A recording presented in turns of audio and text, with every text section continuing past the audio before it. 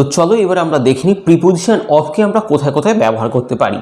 Preposition অফকে আমরা 7 জায়গায় ব্যবহার করতে পারি, যেমন মালিকানা বা অধিকার পসেশন অর্থে, পরিমাণ বা সংখ্যা বোঝাতে, কোয়ান্টিটি অর নাম্বার, উপাদান বা গঠন বোঝাতে, ম্যাটেরিয়াল অর কম্পোজিশন, অংশ বা অংশীদারিত্ব বোঝাতে, পার্ট অফ সামথিং, সময় বা দূরত্ব নির্দেশ করতে, ইন্ডিকেটিং টাইম অর ডিস্টেন্স, সম্পর্ক বা অবস্থান বোঝাতে, রিলেশনশিপ অর পজিশন, কার্যকলাপ বা পরিস্থিতি বোঝাতে, অ্যাক্টিভিটি অর সিচুয়েশন।